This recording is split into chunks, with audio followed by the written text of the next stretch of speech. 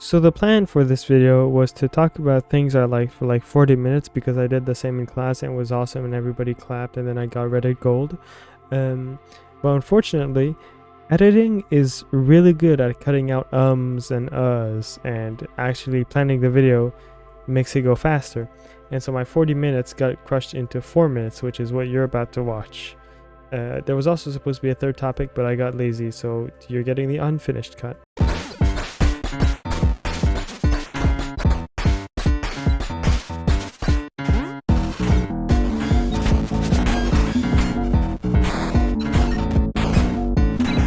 Yomi Hustle is a turn-based fighting game made by Ivy Sly. As you've noticed, it's fucking sick as shit. I mean, look at this, man. And this is my gameplay. I can barely navigate the UI, so imagine what top-level play looks like. It borrows its art style from those sick-ass stick fight animations, which, not gonna lie, I'm too young to have nostalgia for, but I still appreciate the aesthetic.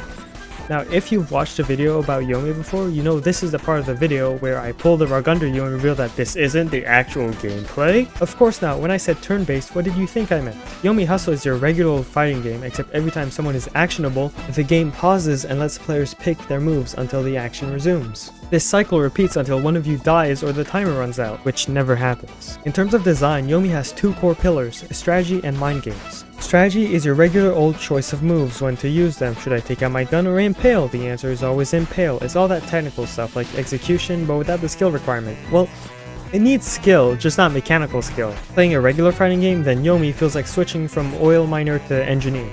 Mind games is my favorite part, trying to predict your opponent. My favorite example is burst.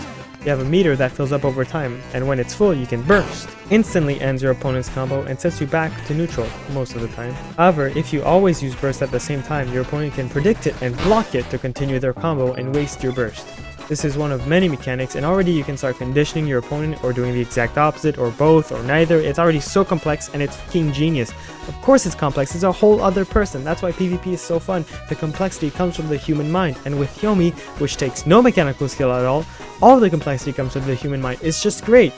Yomi is truly unique, and even if you don't stick with it, it's a very interesting take on the genre.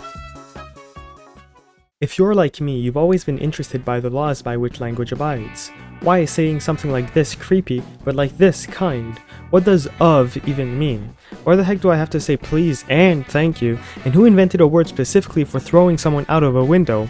Why can't it all be simpler? Why can't it all be nicer? I have the solution, toki pona. It's a conlang, or constructed language, which means it was invented, in this case by Jan Sonia. Its key principle is simplicity, with its 120 to 200 word vocabulary, and grammar. Holy hell, the grammar, look at it, it's so beautiful. The captions for this part of the video will be in toki pona. If you speak it, you are welcome to correct any pakalas I make.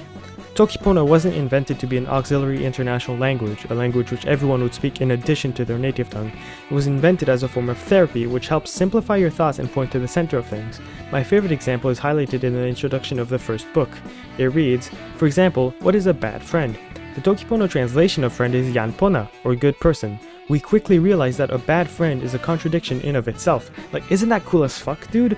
Want and need are the same verb because if you think about it, all wants are just needs. You just need them for different purposes. Suli is the only word for big because what is the distinction between large, humongous, and big?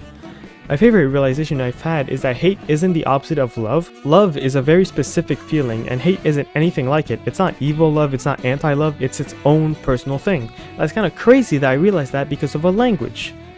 Because of its simplicity, it's super easy to learn. By holding a dictionary to our sides, me and my friend were conversational within 5 hours of learning.